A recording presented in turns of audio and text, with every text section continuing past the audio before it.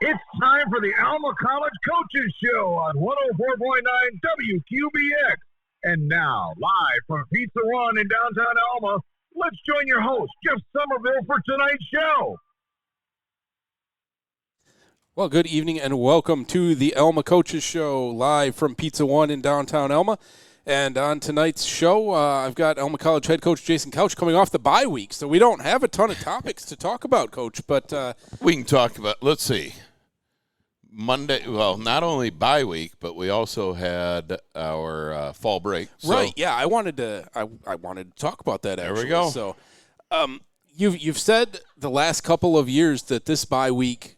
You've been fortunate with where the bye week's at because it's coming right in the middle of your season, coming, in MIAA play, but still a lot of games remaining. It's kind of at a perfect time for you. Yeah, I remember a few years ago, I think it was after week 3, maybe after week 4 was the bye, and that does leave a big bulk of your season. Obviously, for sure. Dead in the middle right now.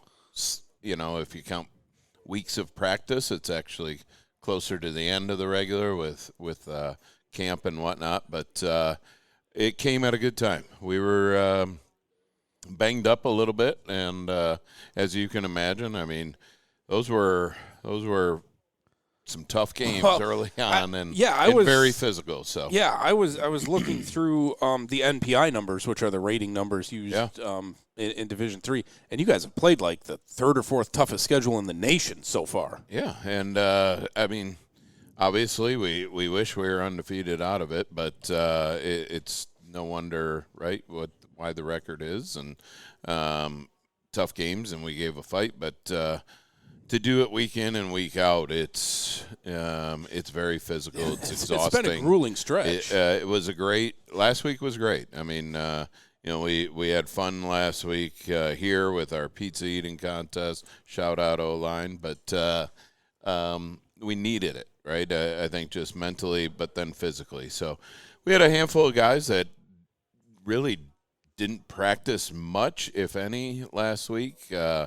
Just needed them to recover physically, and then our athletic training staff is fantastic, and very fortunate to have them, and they're busy. It's not an off week, right? It's just different, of course. And how did that work with the fall break in the middle of it? Yeah, so that was a little bit unique. Is that's different, isn't it, from what you've had in the past? We haven't had this before, so it was good. Guys, we gave them Friday, Saturday, Sunday off, and then they came back Monday, even though they didn't have classes.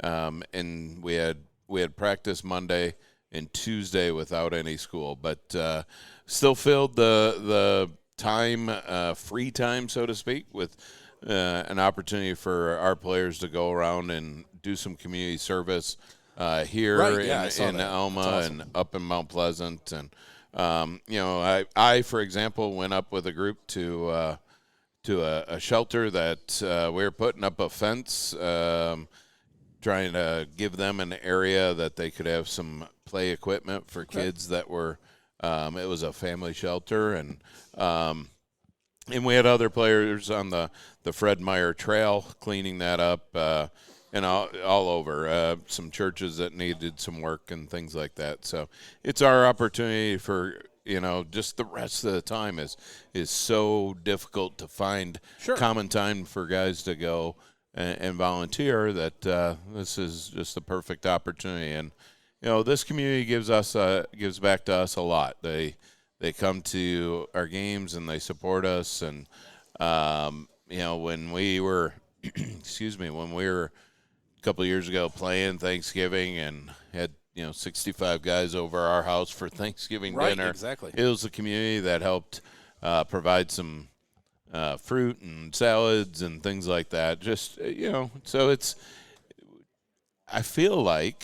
More so than when I was here, where it was very separate of college and local, and now it's I hope right? That's always been the much goal. Difference. Is a intertwined where the community and the college are one. It is so different than it was even 10 years ago. I mean, maybe even 5 years ago. It just continues to build on top of itself, and it's a great atmosphere. It is, and you see that like I said earlier, you see it at our games. It's we're packed. I mean, oh gosh, yes, and it's fantastic. And I think the product that the community's been able to go watch. It's been pretty good. We've done pretty well, and so they're realizing, wow, this is some good football, and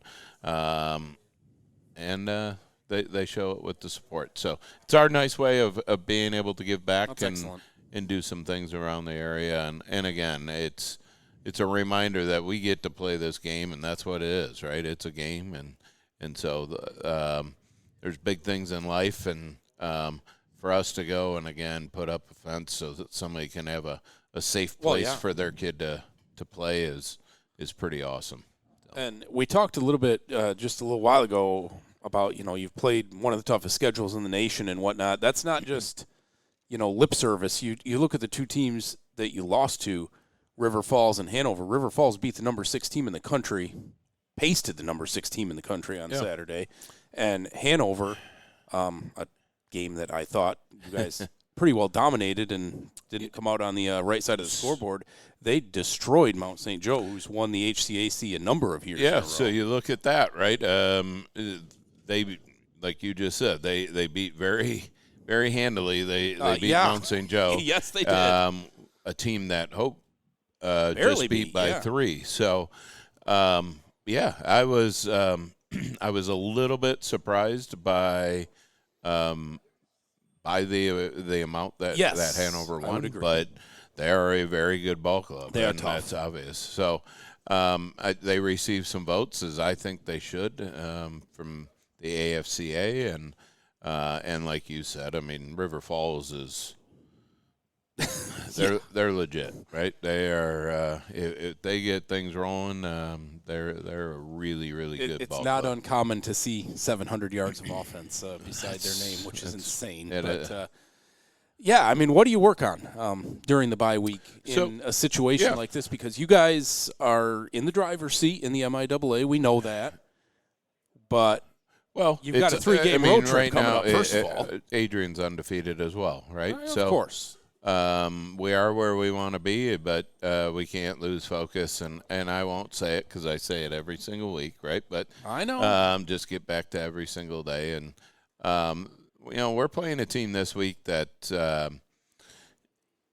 I think it's probably a little bit more of a rivalry for some of our alums than what our current players, because yes, right, because back when I played, Albion, for example, my sophomore year, Albion served us our only loss and kept us out of the playoffs, and then they went on to win the national championship. So, plus I think they won the conference. Don't quote me, but something like 8 in a row or something like that, and so. For us, and I've got a lot of texts from my buddies that are excited, about playing the purple team. For sure, they no keep question about that. So. And they've got a nice football team down there, and it's a situation where, it's a 3-game road trip, and like you said, it's one day at a time, and that's going to be one game at a time because anytime you're on the road that long, none of it's going to come easily. No, to play home, October 2nd, and then not again until November 8th. Yeah. That'll be something that we've never done, obviously, and I'm not a fan of it, but at the same time, it is what it is. I'm not changing it, and we've done pretty well on the road, and who cares? Yes, let's just exactly. go. Yeah. Let's just go play football. So I do feel, where I hate it is our guys that aren't on that travel squad. Yes, that's true. Now they've got 4 weeks where they're not dressing, and that's got to be tough on somebody. We do have a JV game this Sunday. Albion's going to make the trip up to us, and so everybody will be playing both for the the Brits and the Scots will be playing this weekend. So that's good to see that competition. Everybody sees why they're practicing. Sure. And then we potentially have another one, at least one scheduled for 2 more weeks, a JV game that is against Trine after we face them. What would that be? The first weekend of November, I believe it is. Yeah. So, but November 1st or 2nd. Otherwise guys aren't dressing. Right. That's a long stretch, and they deserve it because sure. I'll tell you, our scout team I've been very, very impressed with this year. They work really, really hard. They give good looks.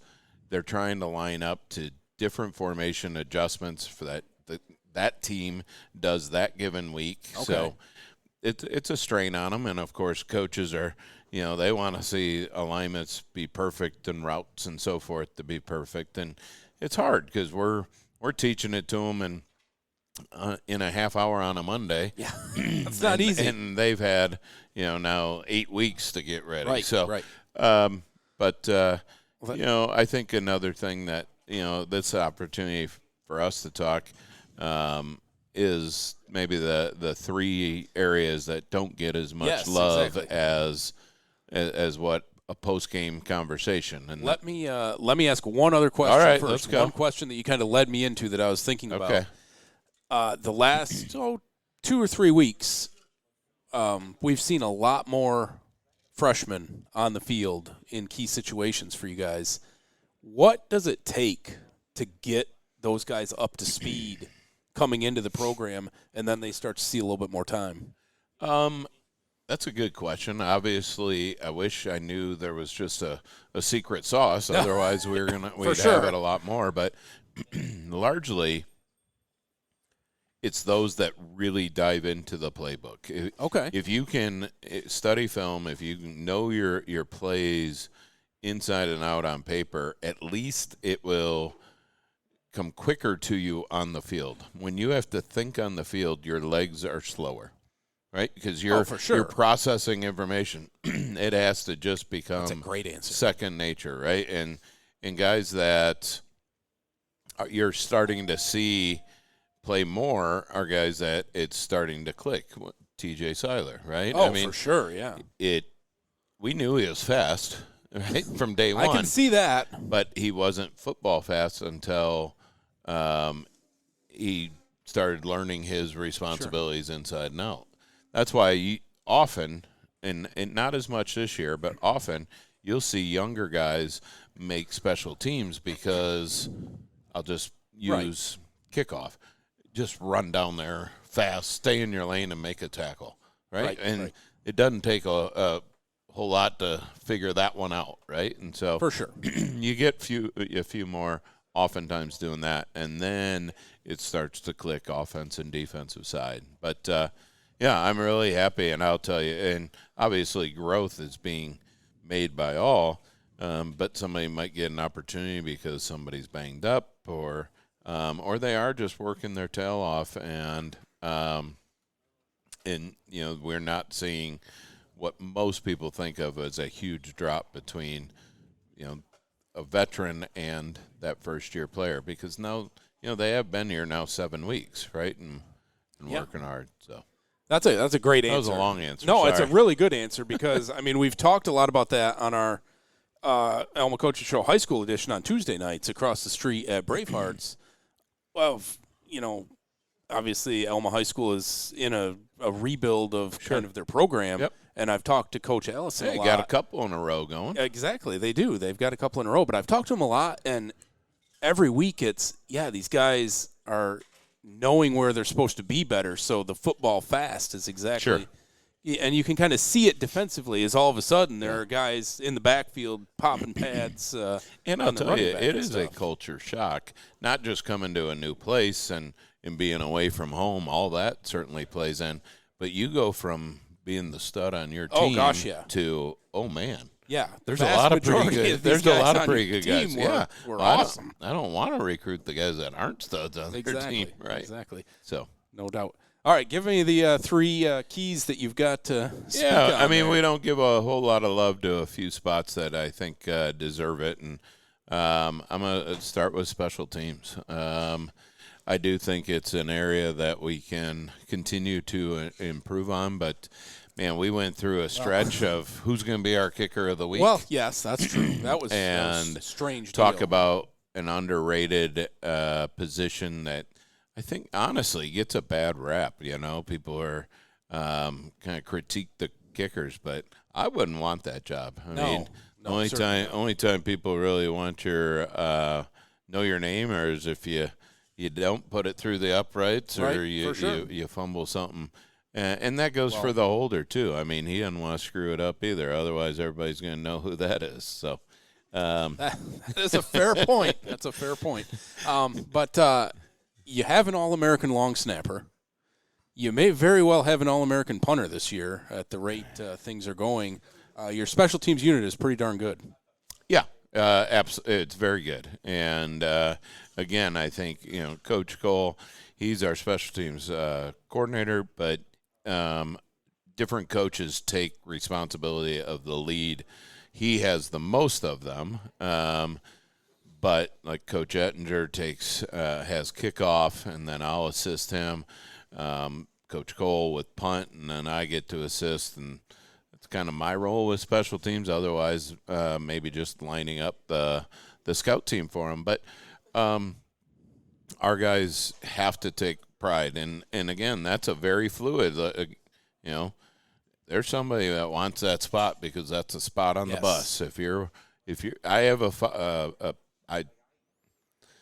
We take more on the road. You can make travel roster being the number 2 guy on running down on kickoff. Okay. And I think most coaches, to save a few bucks, would say, hey, let's find somebody else that plays O or D that is that backup. And I want to take whoever's going to help us win. And so I think we've got 91 or 3 or something like that traveling down this Saturday. So will they all get in? Maybe not, but they all have that potential too. And for sure, I hope they're all ready to play. But our big fellows up front, O and D line, I think have been playing outstanding. Oh gosh, yes. Our defensive line, I don't have the stat, and I didn't prepare well enough maybe for it, but against the run is doing some pretty phenomenal things. It's interesting because that I noticed in the first game within the first drive or two. I thought this D-line is going to be dominant against the run, and you have been all season long. So I would say our pressure on the quarterback has really improved too. Saw that in the second half against Hope. I thought we got much better pressure as the game continued, whether we were fresh or whatever, and Coach O'Gara does a great job of rotating a bazillion defensive linemen in the game, but they're fresh legs, and that's huge. Not just D-line rotation, but Coach Ettinger and Ballhorn balance out the linebacking squad there and do a nice job rotating. So, but the big fellows up front, and I don't want to start dropping names because I'll leave 1-2, but we're playing, 10 to 12. There are guys. I noticed the offensive line rotates a lot more than what it has in the past, probably. Yes, a little bit of temperature, for example. Yeah, well, it's been hot. Banged up. Try to spell some guys, and then it depends a little bit where we're at on the field. If it's if we're coming out of the end zone, we might be less likely. If we're sitting more around the 30-35, Coach Paul Mateer may sub in some guys. So that does play a little bit. I want to say usually those are predetermined. Okay. Maybe not necessarily before the game. I think in his mind, okay, if we go third series and then, these two guys will go in, and then fourth series of offense, these couple.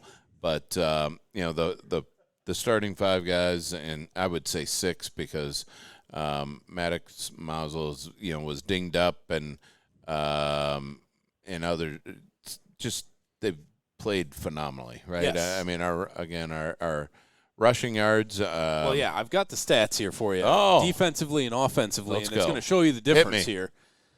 You guys give up just 3.1 yards per carry, 108 or 111 yards per game. Okay. Is all the rushing yardage you give up.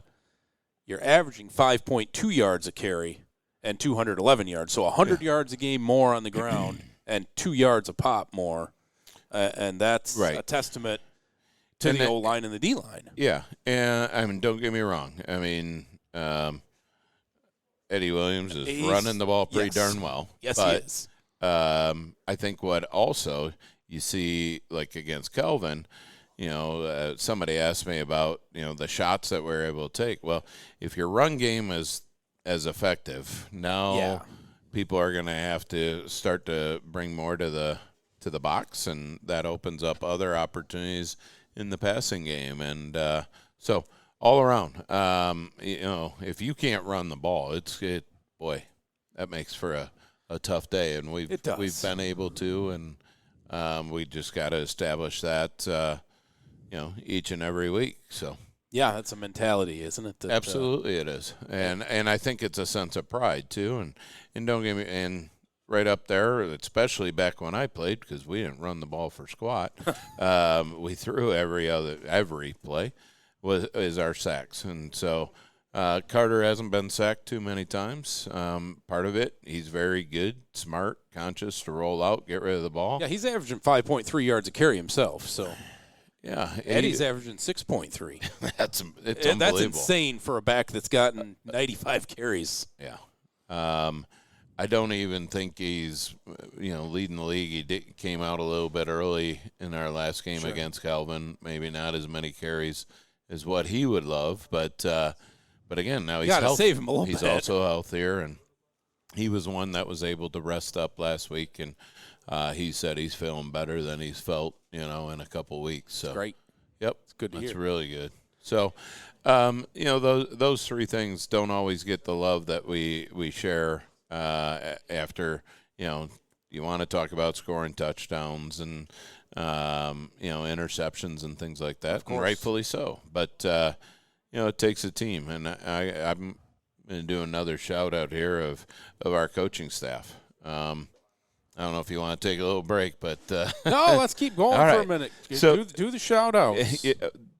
This staff has been together with minimal change since 2022, and record shows that's don't get me wrong, players win the games, but coaches also bring the players here and keep the players here, or help to, and having that, and they're like, I mean, not only just guys I work with, but they're also, my closest friends here that, for sure. We hang out together. They probably, think they have to because I'm the boss, but that's okay. I still enjoy it. For sure.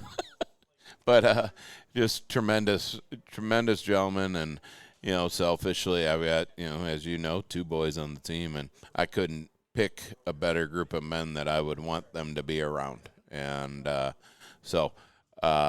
and I know, Coach Calhoun sitting here, and his son went through the program. I'm sure he would say the same thing of the relationship he built with Coach O'Gara and the other coaches is phenomenal. For sure.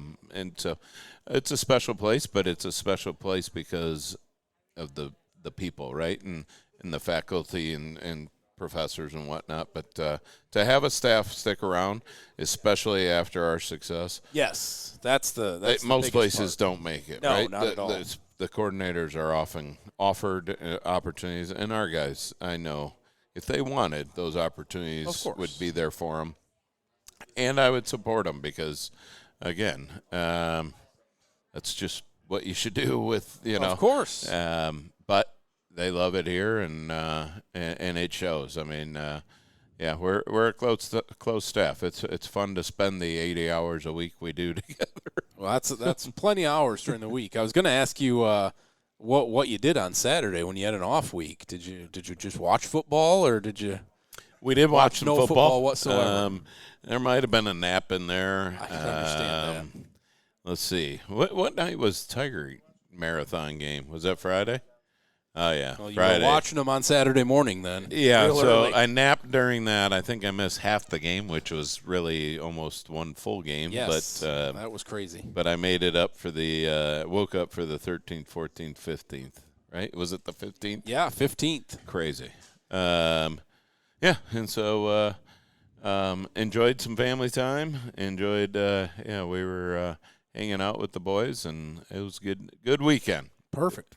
Well, let's take a quick time out here on the Alma Coaches Show, and then when we return, we will preview this Saturday's game against Albion. Back after this. Hey, Ted. And welcome back to the Alma Coaches Show, live from Pizza One in downtown Alma, joined by Alma College head coach Jason Couch. We were supposed to have a nice interview with swimming coach Chris Hamstra that we recorded yesterday, but the audio didn't come through quite right on that, so we'll try to clean that up and bring it to you later on in the season. But I hope so. he says he's got a lot of good potential swimmers, and then some diving that is coming along pretty nicely, too, on the women's side. So they may have one. Well, I shouldn't even throw it out there. So my youngest son is going to go see what college diving's all about. He used to do gymnastics, so okay. we'll see if he can land on his head instead of his feet. That will be interesting. That will be and we talked specifically about how the heck do you learn how to dive, and it says you got to have a lot of guts to even figure it out. So right, yeah, it's an art form, I guess. I wouldn't do it. But. No. I got a great watermelon down pat, but that's about it.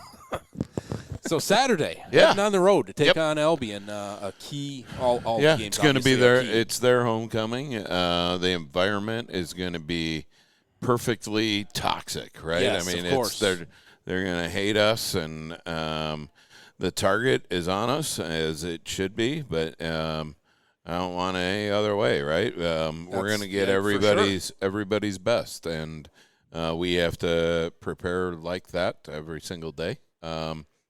We've had a good week, 2 weeks, but really this week is the focus of preparing for them. I think it's going to come down to physical. I'll go back to the big boys up front, both sides of the ball. I think if who controls that line of scrimmage is going to have a good day, and because, again, it opens up other things if you can establish a run and be physical. And I'll take the physicality part in the exterior positions too. But yeah, so we'll see. I'm obviously we've talked about that. That's what part of our focus is. I shared with them a few stories that some alums have reached out to me that wanted to share, and there's no love lost, and I'm sure their alums, right? They're going to be coming out in droves, and like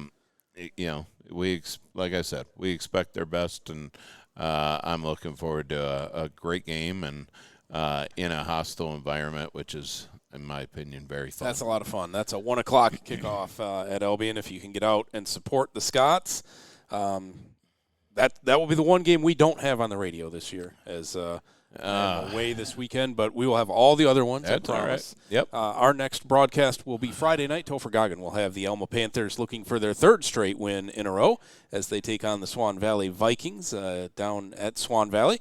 So you can tune in for that, 6:45, the Mercantile Bank Panther pregame show, 7 o'clock kickoff for that one.